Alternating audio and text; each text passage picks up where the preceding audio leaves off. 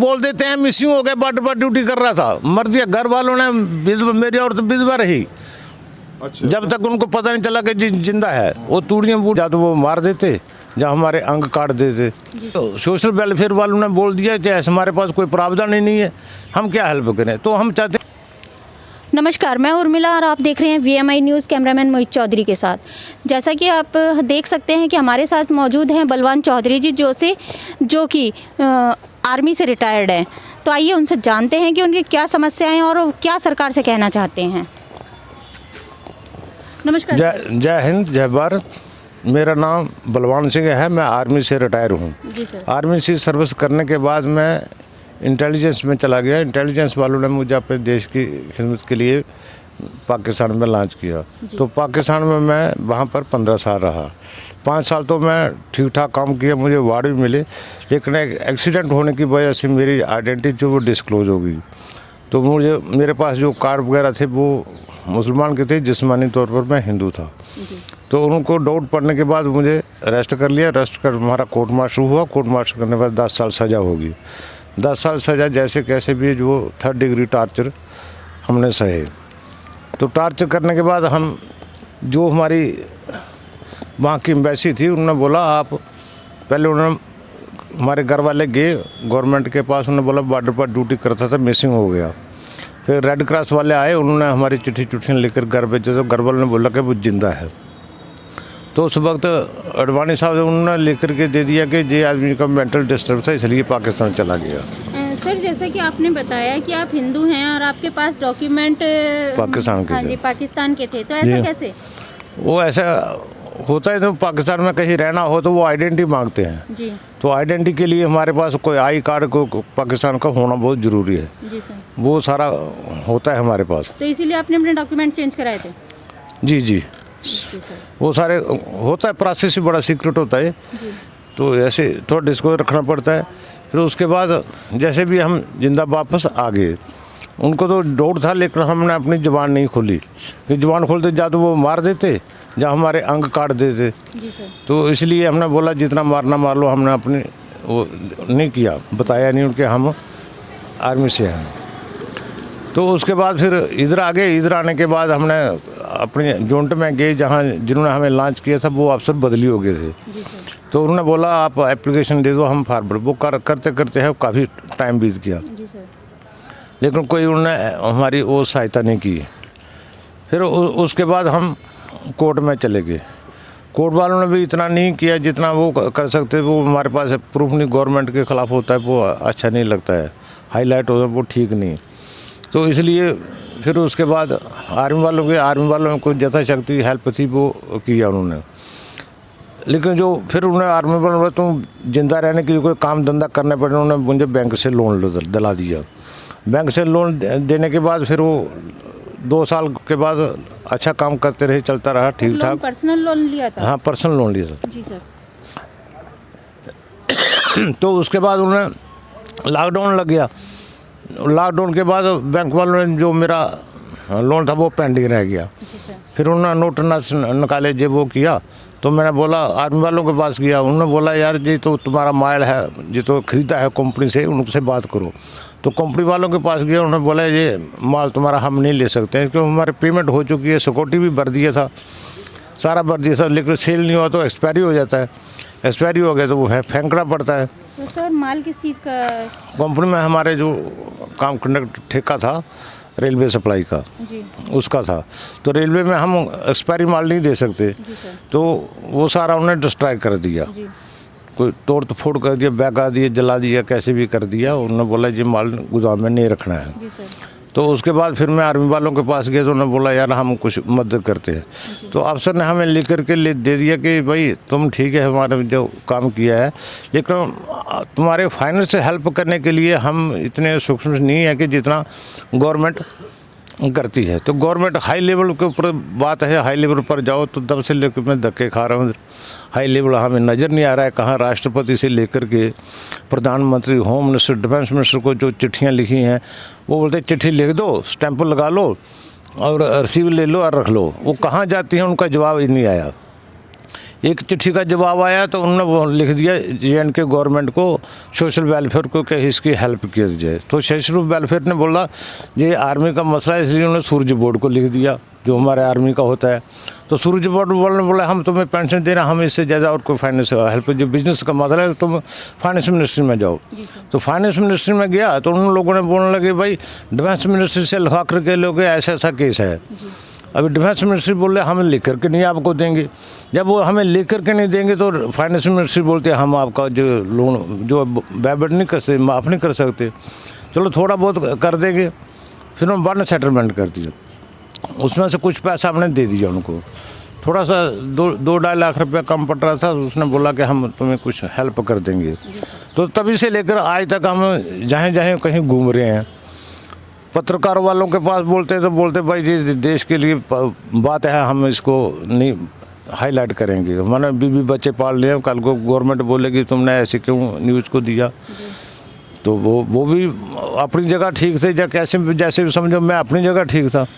मैं भी नहीं चाहता हूँ कि मैं किसी पत्रकार या किसी से बात को लेकर मजबूरी में क्या करना है, अभी बोलना पड़ा। मेरी ये लास्ट रिक्वेस्ट गवर्नमेंट से यही है, मुझे कुछ मिले नहीं मिले वो बात नहीं है, लेकिन बात ये है कि ऐसा कोई गवर्नमेंट के पास पॉलिसी होनी चाहिए, ऐसा कोई प्रावधान होना चाहिए जिसके लिए कोई बोले कि यार ये जो आदमी ऐसे हालात में फंसते हैं, आते हैं, जो देश के लिए अपना जान को जोखिम में डाल कर लिए जाते हैं। आर्मी वाले तो आर्मी के पास वेपन है, वो वेपन के साथ वेपन जो खुद मरेंगे अगले को मारेंगे। लेकिन हम जैसे जो बिना वेपन के अपना मिशन को पूरा करते हैं वो बहुत मुश्किल काम है।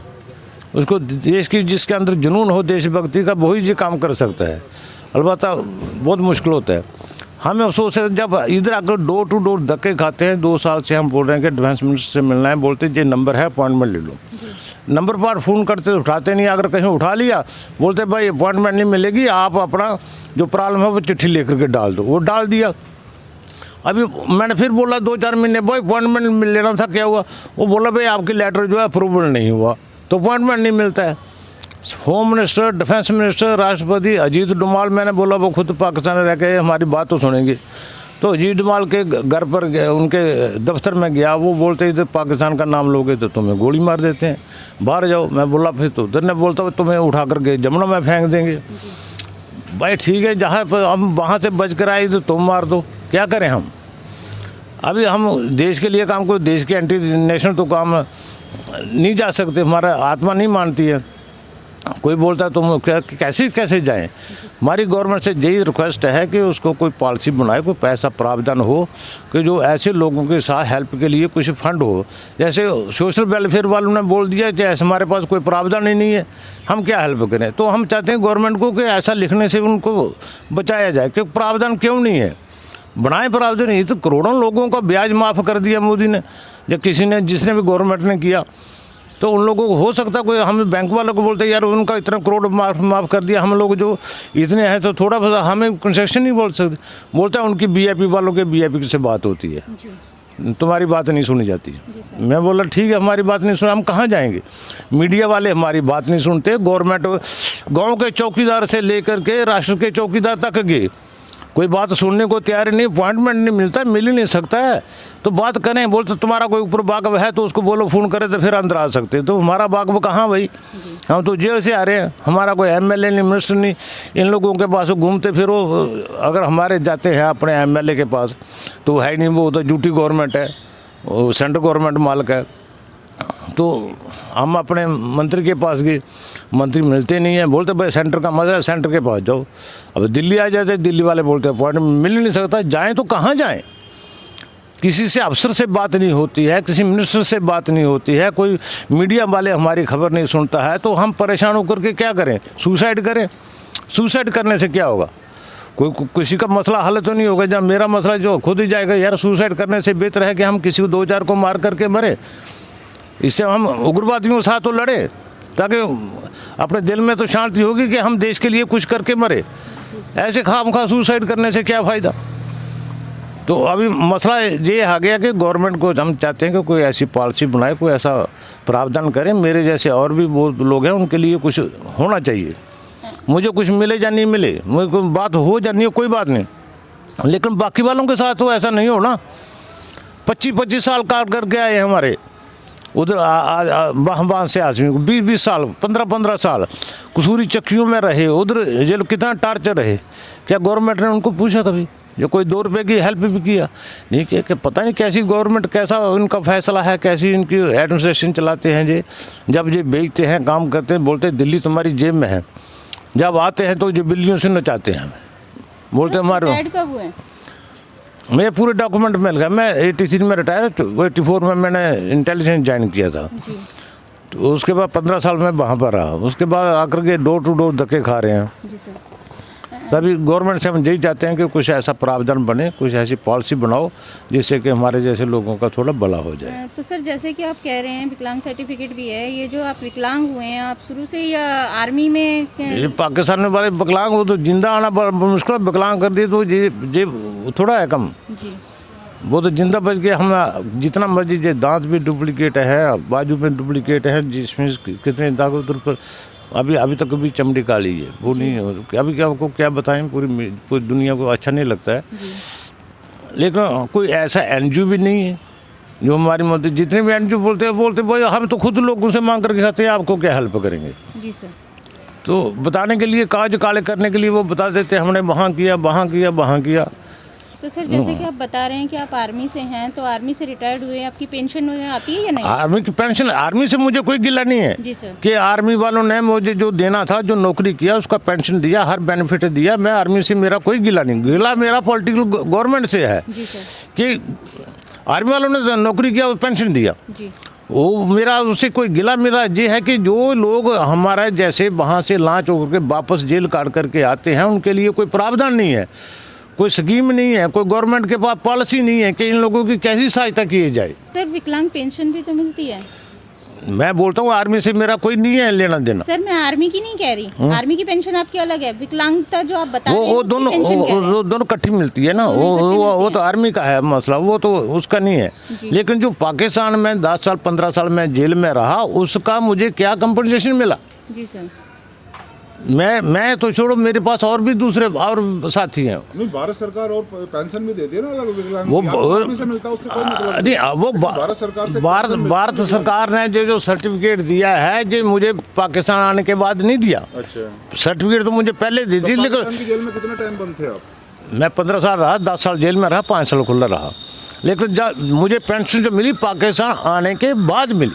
जो उस 15 साल का कुछ नहीं मिला? उसका नहीं मिला ना, उसका कुछ नहीं मिला। उसका मैं कंपनसेशन के लिए मैं बोल रहा हूँ कि मुझे जो इसका कंपनसेशन है वो चाहिए। लेकिन कोई कानून तो बने कोई।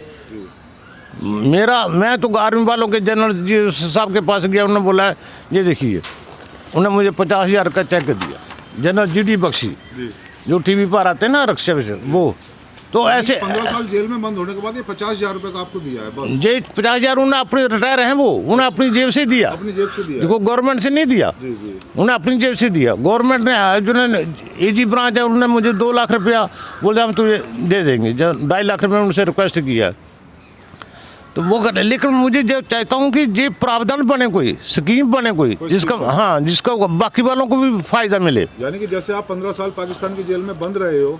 मैं 10 साल रहा बंद। 10 साल बंद रहे थे? हाँ। भारतीय सेना में थे उस टाइम पे? हाँ। आपको कोई बेनिफिट नहीं मिला, ना पेंशन मिली, ना सैलरी मिली? नहीं, उसका जो पहले रिटायर होने के बाद में गया, अच्छा, तो उसका जो पहले रिटायर होने से पहले था, उसका मुझे पेंशन मिली, बेनिफिट मिला। तो रिटायर होने के बाद फिर आप कहाँ गए? फिर इंटेलिजेंस, दूसरी इंटेलिजेंस होती है। हाँ, इंटेलिजेंस। हाँ, उन्हीं, वो भी आर्मी है। अच्छा, जैसे इंडियन आर्मी है, जैसे BSF है, DSC है, वैसे ही है। एक नौकरी छोड़ के दूसरी नौकरी ज्वाइन किया, तो उस दूसरी नौकरी वालों ने जो मुझे कंपनसेशन था, मुझे उसकी बात कर रहा हूँ। वो नहीं मिला? वो प्रॉब्लम, ऐसा कोई प्रावधान नहीं है मेरे पास। इंटेलिजेंस बोलते हैं? हाँ हाँ। अच्छा, इंटेलिजेंस। हाँ, MI होती है। अच्छा, जो इंटेलिजेंस के टाइम पे जब आप 10 साल जेल में बंद थे वहाँ पे, उस टाइम पे कोई सैलरी वगैरह, कोई भत्ता, कुछ नहीं मिला?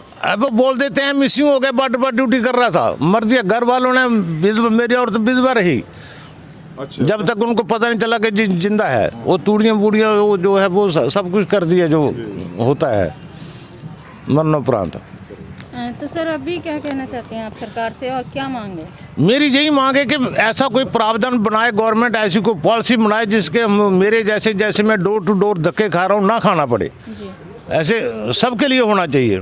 मैं अपने अकेले पर्सन के लिए डिमांड नहीं कर रहा हूँ, मैं सबके लिए कर रहा हूँ। जी। मेरी गवर्नमेंट से यही दरख्वास्त है कि कुछ ना कुछ किया जाए। तो सर तो मोदी सरकार सेंट्रल गवर्नमेंट से है। सेंट्रल गवर्नमेंट से, जी, तो आप मोदी जी से निवेदन करते हैं? मैं मोदी जी से निवेदन करता हूँ कि ऐसी कोई प्रावधान बनाई जाए, ऐसा कोई स्कीम बनाई जाए जिससे कि ऐसे लोगों से अभी देखो जो अभिनंदन साहब जो पायलट थे उनको आया और जहाज हुआ, जैसे भी हुआ सर्जिकल स्ट्राइक, उनको वीर चक्र दे दिया। जब कुछ भी दे दिया, हमें खुशी है, चलो उन्होंने अप्रिशिएट किया देश की रक्षा के लिए सब कुछ, लेकिन वो तो हाई लेवल की बात है। अफसर हैं, मिनिस्टर हैं, हम तो नीचे वाले हैं, ओवर रैंक हैं, सफाई हैं, हमारी कोई सुनने वाला थोड़ा है। उनके तो जब मर्जी चले जाते हैं, जब मर्जी उठते, तो फ़ोन पर सब कुछ हो जाता है। हम तो डोर टू डोर धक्के खाते थे, रहने कोई जगह नहीं, खाने पीने कोई व्यवस्था नहीं है, जेब में पैसे नहीं, तो वो आदमी कहाँ जाएगा। तो एक लाइन में क्या कहना चाहेंगे आप मोदी जी से? हम यही जानना चाहते हैं कि ऐसी कोई गवर्नमेंट पॉलिसी बनाए, ऐसी कोई स्कीम बनाए कि जो आदमी वहाँ से इस हालत में आते हैं उनके लिए घर में जो पीछे, वो तो आदमी तो जेल में बंद है, लेकिन पीछे उनका बीवी बच्चे जो कैसे गुजारा करेंगे। वो खेतों में जाकर के दिहाड़ियाँ लगाते हैं, बच्चे पढ़ नहीं पाते हैं, इरिटेट हो जाते हैं, कोई कैसे हो जाता है। ऐसा नहीं होना चाहिए। हमारी गवर्नमेंट से ये दरख्वास्त है, उनको पीछे लुकआउटर भी होना चाहिए और आने पर उनको अच्छा कुछ मुआवजा भी मिलना चाहिए ताकि वो अपनी ज़िंदगी को दोबारा चला सके। धन्यवाद। तो जैसा कि हमने सुना और उन्होंने बताया, इन्होंने सिर्फ मोदी सरकार से इतनी मांग की है कि जैसे कि हम आर्मी से रिटायर्ड हैं या हमारे साथ वहाँ कोई हादसा होता है, उसके बाद जब हम अपने परिवार, हमारे पीछे से हमारा परिवार जिन समस्याओं का सामना करता है, उनके लिए कोई ना कोई सुविधा दी जानी चाहिए। और हमें ऐसी सुविधा दी जानी चाहिए कि मतलब कोई लोन हर महीने का कुछ अमाउंट इस तरीके से जो कि हम अपना घर को चला सकें। तो मैं उर्मिला, VMI न्यूज़ से कैमरामैन मोहित चौधरी के साथ, जय हिंद, जय भारत, वंदे मातरम।